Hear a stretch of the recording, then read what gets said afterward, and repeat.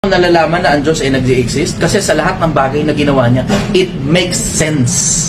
Sabi ng just to add value sa mga nakikinig niya. Tignan mo yung puno ng mangga, hindi mamumunga yun ng apple kahit kailan.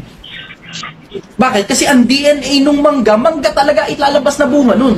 Kahit ano mangyari, hindi mamumunga ng apple yun, maliban na pakialaman mo DNA. So ibig sabihin, ni-re-engineer mo na ang DNA nun. Pero originality is, by nature, merong sariling nag-form niyan. At ang nag-form niyan, yung DNA. Ang tanong, sino gumawa ng DNA at sino nag-formulate ng DNA? Ano yan? Chance? By chance lang na, katulad nun, ang tao, ang hinihinga, oxygen, tapos ang inilalabas naman natin ay carbon dioxide, na siyang kailangan naman ng halaman yung carbon dioxide, at inilalabas naman nila ay oxygen. Diba? Yung cycle na nakikita mo sa paligid, imposibleng walang gumawa dyan. Imposibleng walang gumawa dyan. Yun ang katibayan ko na totoong may gumawa sa lahat ng bagay. Yun ang sagot ko dun sa tanong.